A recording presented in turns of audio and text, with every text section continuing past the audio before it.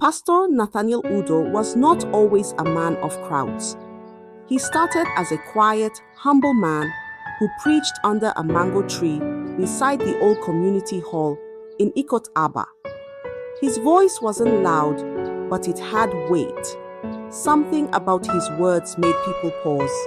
The first members of his church were three: Mama Eno, a retired primary school teacher; Desmond, a stubborn mechanic who claimed his wife bewitched him; and Sister Glory, a seamstress who had been childless for 11 years.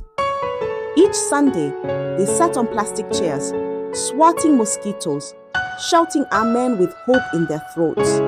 For over a year, Pastor Nathaniel preached about repentance, fasting, and enduring in faith. There were no miracles, no signs, just the word and a man who claimed to hear from God.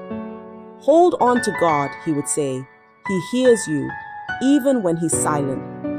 Week after week they came, and even though nothing changed, they stayed, hoping, praying, waiting.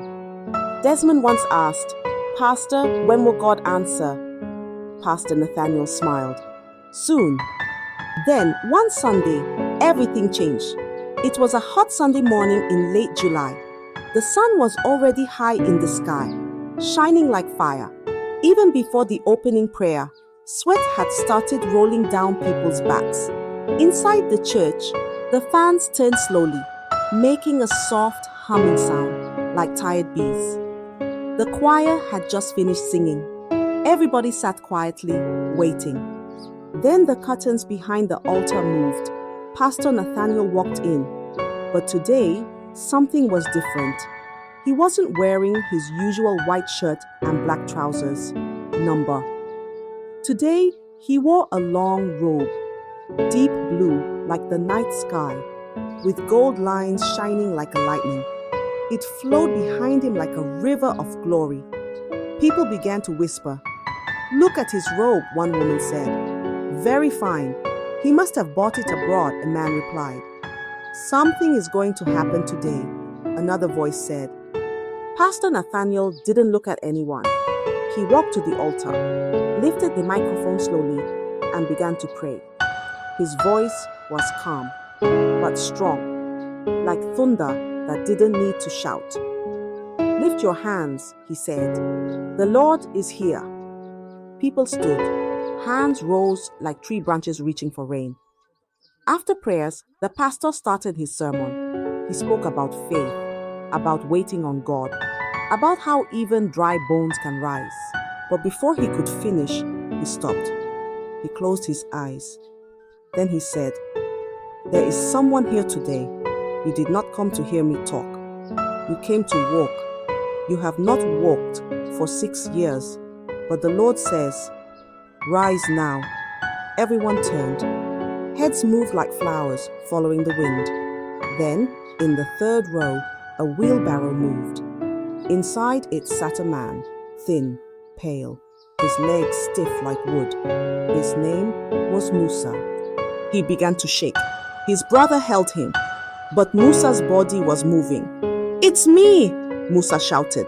His voice cracked like dry wood. "He's talking to me!" The church became still. Then Pastor Nathaniel pointed. "Rise," he said again. Musa gripped the edge of the wheelbarrow. His arms trembled. His legs stretched. Something cracked, like a dry stick breaking. People gasped. Musa pushed harder. His legs touched the floor. One foot, then the other. Slowly, slowly, he stood. Women screamed. Men shouted. A baby started crying. Some people fell on their knees. Then Musa ran. Yes, he ran. He ran out of the church. Tears rolled down his face like rain. "I can walk! I can walk!" he shouted. Outside, he ran around the compound like a child chasing butterflies. People followed. Phones came out. Cameras clicked. Someone screamed, "It's a miracle!" That evening, the video went everywhere. Facebook, Instagram, WhatsApp, even news stations shared it. By night, people from far places had started packing their bags. Because something had happened in Ikot Abba, something big, and it all started with one robe, one voice, and one man in a wheelbarrow. But if only they knew the truth about what just happened, everyone would have run and left the church. This is because every Sunday, just across the road, there was a madman named John. Pastor Nathaniel never spoke of him, never laid hands on him, never prayed for him. But one thing that was concerning is that every meal the Pastor Nathaniel had, the madman received too. Same portion, same content, delivered by a steward. If he eats fried rice, John gets his too. If he drinks expensive wine, John gets the same. Some called it kindness. Others said it was spiritual humility. John was once his friend before he became mad. He was always outside, always watching, never missing a single service. And one day, people would wonder, if Pastor Nathaniel could raise the dead, why had he never prayed for John, his only friend in the town once upon a time? But he never said a word concerning that. And that was just the beginning. Because the next Sunday, he was about to even step it up more. The next Sunday came like flood.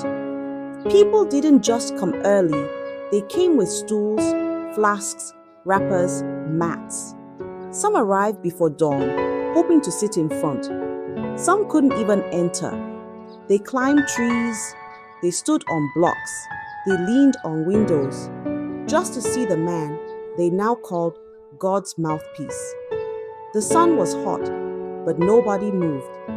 Even the mosquitoes were forgotten. Then the door behind the altar opened. Pastor Nathaniel stepped out. This time he didn't carry a Bible. He didn't even open a note. He stood quietly.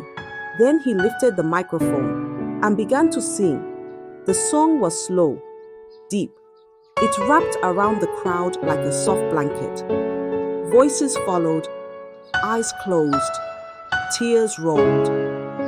He sang for 20 minutes. Then silence. He opened his eyes and lifted both hands. I see a woman here, he said, who has been mocked for 10 years.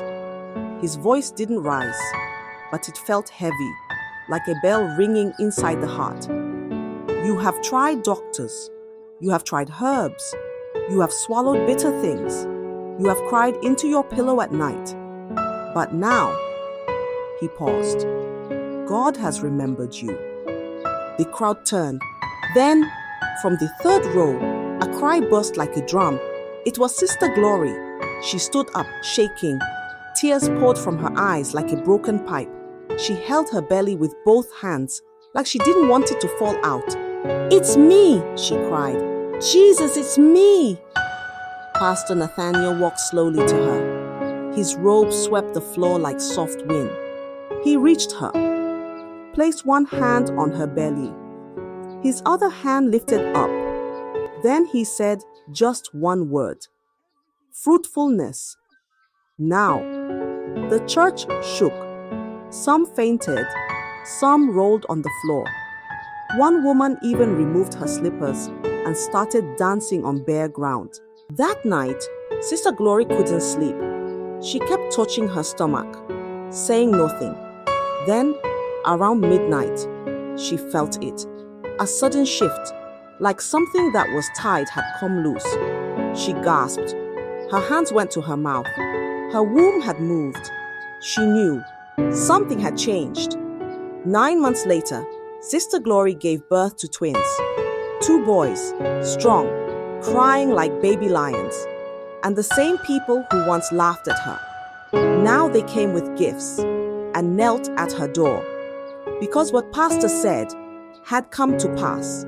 After Sister Glory gave birth, everything changed again. It was like fire on dry grass. The news spread fast. People said, she gave birth to twins. After 10 years of waiting, she didn't even go to the hospital that night. The power of God opened her womb.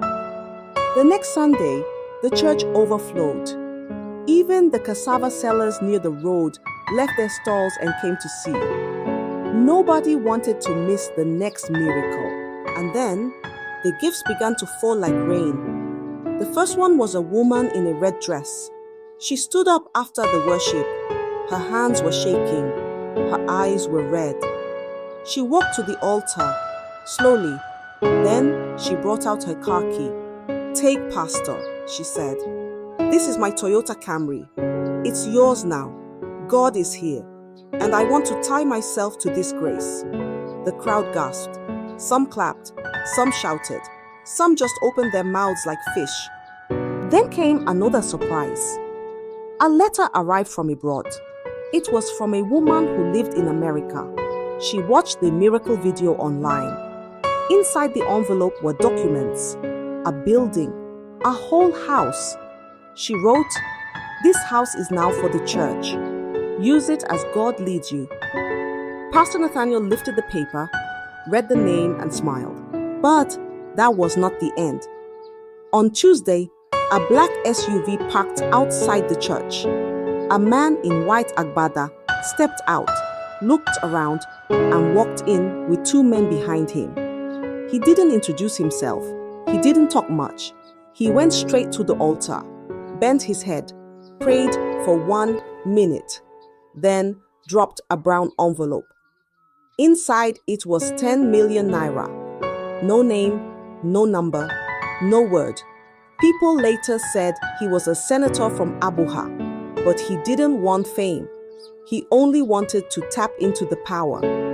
By Thursday, things started changing. New speakers arrived, big ones.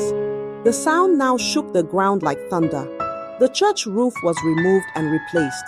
New zinc, fresh wood, all shining like morning dew. Then came the generator. Tall, red, powerful. It could carry the whole village.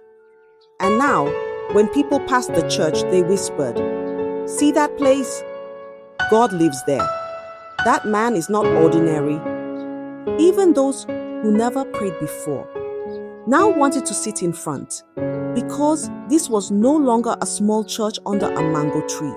It had become something else, a palace of power. By the third Sunday, the church was full before the cock even crowed. People slept outside just to enter early. Some even carried mats and food, like they came for crusade. But that morning, something different happened. Something heavy. Something that made the wind stop moving. A woman came through the back. Her wrapper was tight. Her eyes were red, swollen like someone who hadn't slept. Her name was Ekayet. In her arms, she carried a small bundle, wrapped in clean white cloth. She didn't smile. She didn't greet. She walked straight to the altar and gently laid the bundle down. Some ushers tried to stop her. "Madam, what are you doing?" But she raised her hand. "Don't touch me. Let me talk to God." People watched, confused. Whispers started. "What's in the cloth? Is that a baby? Is he sleeping?" But Ekayet stood firm. Then she turned to the crowd and said, "My son died last night. The clinic said I should carry him to the mortuary, but I said no. I want the man of God to see him first." Gasps flew like birds. Some women held their heads. One man sat on the floor. Pastor Nathaniel was at the back, praying with his team. They came out quietly. He walked to the altar, looked down at the child. The white cloth had started to shake a little from the wind. Pastor Nathaniel knelt. He placed his hand on the cloth and whispered something. Nobody heard what he said. Then he stood and spoke out loud. "Spirit of death," he said, "you are trespassing. Return what you have taken." People held their breath. No one moved. The air became thick, like rain was coming. Then the cloth moved, a cough. 1, then 2, then "Mommy, I'm hungry." The boy sat up, his eyes opened like a new day. His lips were dry but moving. "Mommy," he said again, "I'm hungry." Eket screamed and fell backward. People shouted. Some ran. Others knelt down and cried. Phones came out. Hands lifted. Voices shook. "It's a miracle. He was dead. I saw it with my own eyes." The church was full of shouting and tears. News spread faster than wind. A boy was raised from the dead in Ikot Abba by Pastor Nathaniel, right there at the altar. And people said, "This is no longer just a church. This is a gate to heaven." A prominent bishop from Port Harcourt visited the following day with a donation of 25 million naira to tap into the grace. An oil tycoon gifted a brand new Prado Jeep. 5 different families pledged monthly 500,000 naira for life, calling it Eternal Covenant with the Altar.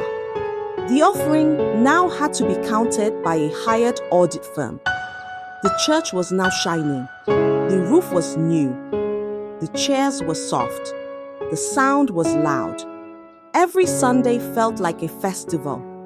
People danced. People gave. People shouted Amen like thunder. But just outside the church gate, beside one old cassava tree, someone always sat. Every single day. He didn't talk to people. He didn't wear shoes. His hair was long, rough, and tangled like forest roots. His clothes were dirty and torn. He smelled like rain and dust. They called him John the Madman. Children feared him. Women avoided him. Men ignored him. But no matter how big the service was, no matter how powerful the prayer sounded, John never came in. He just sat there, watching, silent. And every day, morning, afternoon, and night, Pastor Nathaniel Stewart brought him food. Not ordinary food, the same food the pastor ate. If the pastor ate pounded yam, John got pounded yam. If it was jollof rice and chicken, John got jollof rice and chicken. Even the meat count was the same. Some people said, "This pastor is truly like Jesus. Look at how he feeds this madman." Others said, "Something is not right. Why feed a madman so well and never pray for him?" One day, after choir practice, Sister Glory stood under the mango tree with Mama Eno. They were drinking cold zobo and resting their feet. Then Sister Glory looked toward the cassava tree and said, "Mama, that madman, why has Pastor never prayed for him?" Mama Eno looked at her. Her eyes were slow. Her voice was soft. "Ah," she said, "some things are not for our mouth." "But Mama," Glory whispered, "he healed the cripple. He raised the dead. He gave me twins. Why not John?" Mama Eno sighed. Her hand held her wrapper tight. "Let us not talk too much, my daughter," she said. "Only God knows what lies behind closed eyes." Then she stood up slowly and walked away. Sister Glory stood there, watching the madman. He was eating fried plantain and catfish pepper soup. He didn't smile. He didn't talk. He just ate, like someone doing what he was told to do. And inside the church, the drums were beating. The people were dancing, but nobody knew that the real story was still sitting outside, quiet, hungry, waiting. The miracles did not stop. In fact, they grew louder. Blind eyes opened. Lame legs danced. People who had never smiled before were now laughing like children at a village festival. Posters of wonders without walls covered every pole. They were on buses, on TV. Even school children knew Pastor Nathaniel's name. He was no longer just the man from under the mango tree. He now traveled to Abuja, to Port Harcourt, to Cotonou, even London. He laid hands on governors. He prayed for judges. He sat in rooms where people whispered and bowed. His voice had become power. His name had become oil. Then, one Thursday afternoon, while sitting in his shiny office, drinking pineapple juice from a glass cup with gold at the top. His phone rang. Not just any phone, his special line, the one only important people had. "Daddy!" His personal assistant rushed in. "It's Chief Akintola. He said it's urgent." Pastor Nathaniel took the call, his voice calm, his fingers tapping the armrest.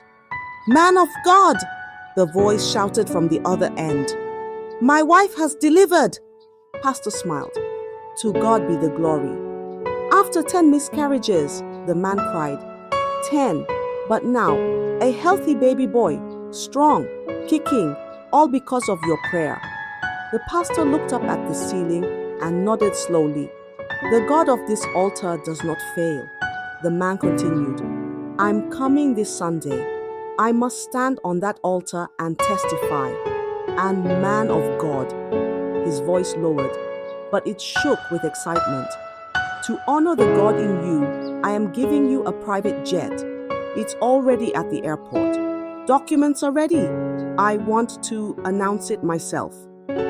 Pastor Nathaniel didn't flinch. He just closed his eyes and whispered, "It is well." The call ended. The assistant stood by the door, eyes wide like someone who just saw a lion in a dream. "A jet, sir?" he whispered. Pastor Nathaniel looked out the window. The clouds moved gently like dancers in the sky. Then he said, "Prepare the church. This Sunday will be different." And indeed, something was already on its way. Something big, something loud, something that would bring the whole town to a stop. That Sunday did not look like a normal Sunday. The sky was clear. The sun stood tall. Even the wind seemed to wait. From the gate to the altar, the whole church compound was full.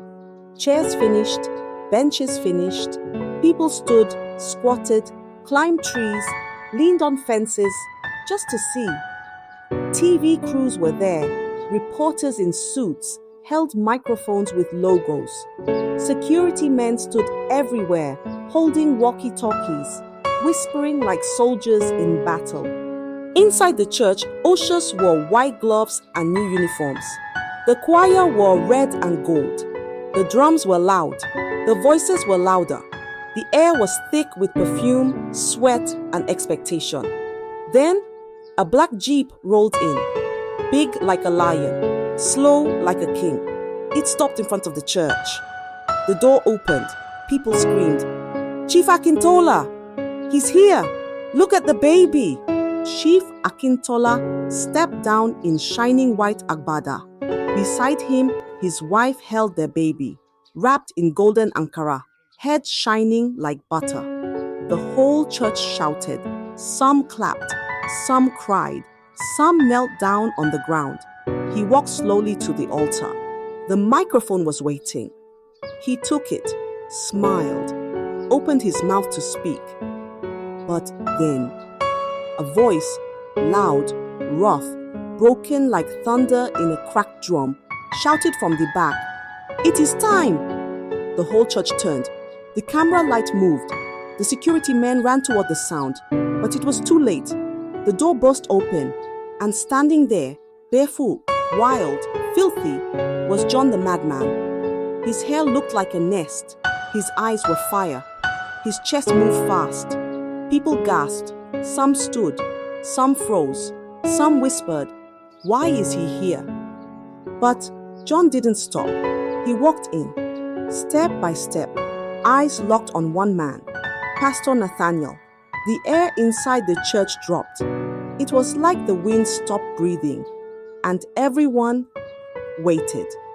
Because something had just entered, and nothing would ever be the same again. John walked past the first row, past the second, past the third. Then he climbed the altar, fast, strong, like wind rising before rain. People gasped. Some covered their mouths. One woman fainted. A man whispered, "Who allowed him in?" But John didn't care. He faced Pastor Nathaniel.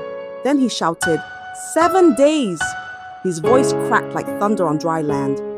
7 days you didn't feed me. Why? The microphone picked his voice. It echoed through the big speakers. Even those outside heard it clear. People looked at Pastor Nathaniel, confused, worried, silent. John pointed his dirty finger straight at him. You used me, he screamed. Tell them. Pastor Nathaniel did not move. He didn't blink. But his hands, they began to shake. Small at first, then more. Sweat ran down his face like a broken tap. His lips opened, but no sound came. John looked at the crowd, and the whole church looked back at him.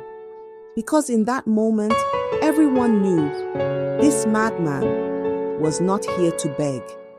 He was here to reveal something the robes couldn't hide. And Pastor Nathaniel could no longer hide behind his smile. John stood tall on the altar. His chest rose and fell.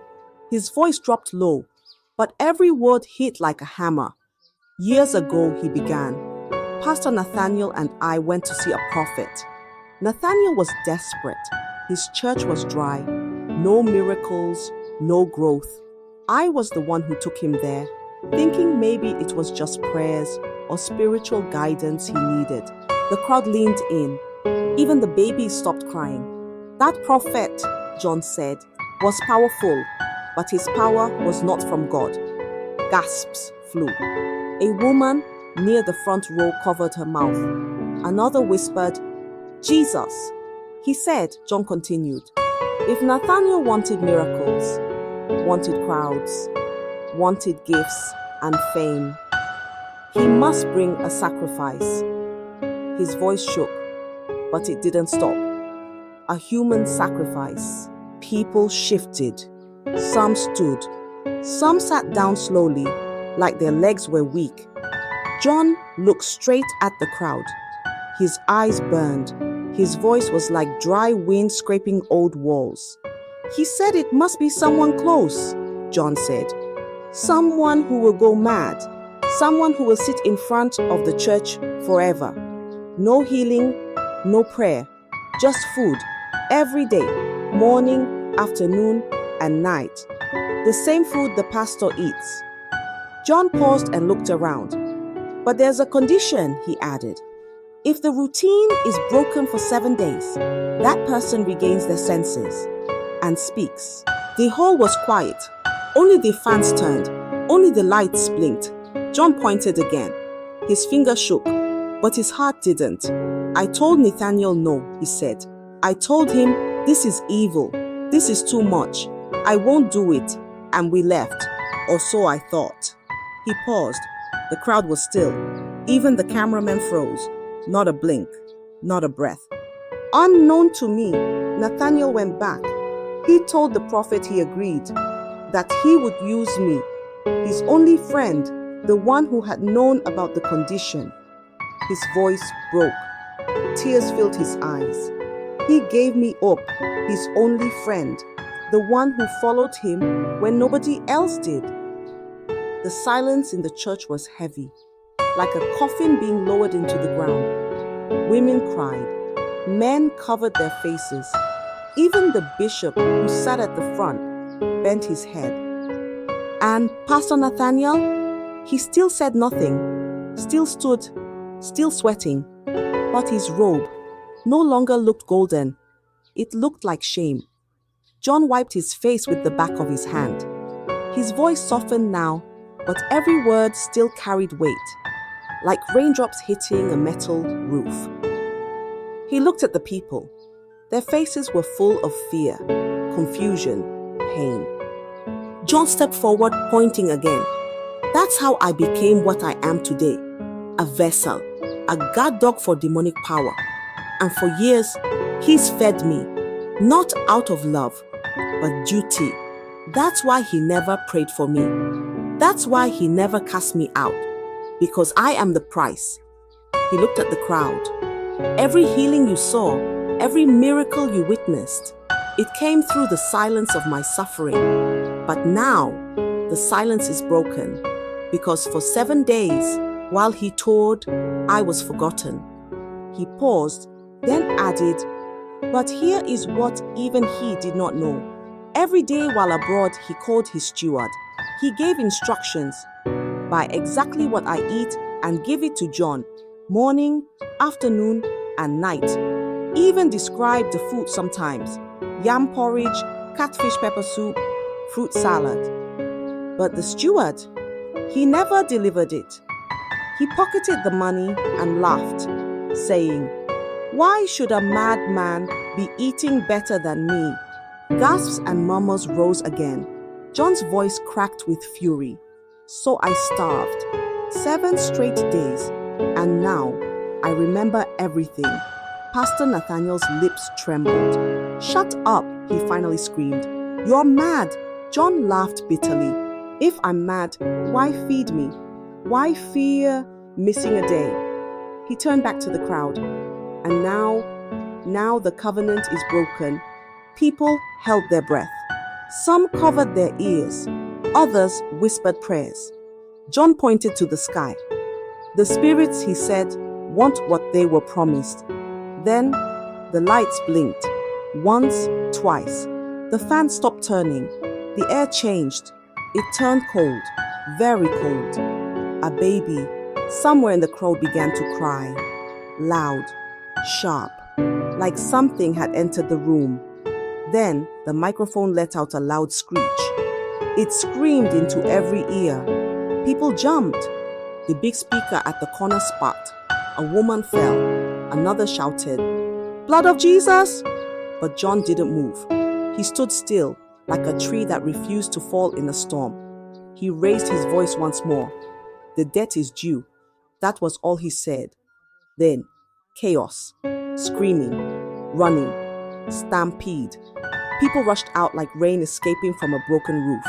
Chairs scattered, shoes left behind, Bibles dropped, wigs flew in the air.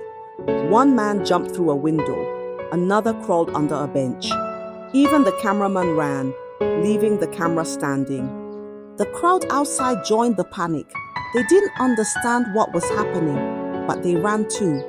Inside the church, only a few remained, shocked, frozen, staring. And in the middle of it all, Pastor Nathaniel stood, sweating, shaking, silent. He stretched out his hand. "Please, listen. Don't go. He's lying. He's not well." But his voice had no power anymore, because his secret had crawled out of the darkness, and now it stood in the light. No miracle could cover it. No robe could hide it. The man who once raised the dead couldn't raise his reputation again. After that Sunday, everything ended. The posters came down. The music stopped. The crowds disappeared. The church that once overflowed with people now stood empty. Dust on the chairs, cobwebs on the pulpit, silence everywhere. Nobody came to sweep. Nobody came to sing. Even the cassava tree outside stood lonely, because John was gone too. Pastor Nathaniel's name, once spoken with pride, now brought fear. Children on the street said, "Don't call him. Don't say his name." People spat when they passed the church gate. Some threw stones at the wall. Others pointed and said, "That's the place. That's where the lies happened." The miracles were now called tricks. The blessings were called curses. And the man who once walked like a king now moved like smoke, shapeless and unwanted. Then, one morning, black jeeps arrived. The police stepped out. Firm toll. Ready. They entered the compound. No knocking, no warning. They came out minutes later, with Pastor Nathaniel in handcuffs. No robe, no Bible, no smile. His eyes were dry, his lips were tight. And the people watched from windows, behind trees, inside shops. But no one said a word. He was judged, charged with spiritual manipulation, fraud, conspiracy, abuse. The court was full. Even those who once shouted, "Man of God," now hissed when his name was called. And when the judge hit the hammer, the sound echoed like thunder. He was jailed. No appeals, no delay. And the church? The doors were sealed. Forever. Grass grew around it. Rats lived in it. Nobody prayed there again. Inside prison, Pastor Nathaniel wore brown clothes. Not robes, no gold threads, no white collars, just plain fabric, just another prisoner. He sat alone. No visitors, no phone calls. The same man who once flew in jets now shared a room with strangers. No pulpit, no lights, no cheers, only silence and memory and the truth. That glory built on blood will always end in shame. I hope you enjoyed the story. If so, please like the video, comment what you learned from the tale, share with friends and family, and don't forget to subscribe to the channel for more African folk tales just like this one. Thank you.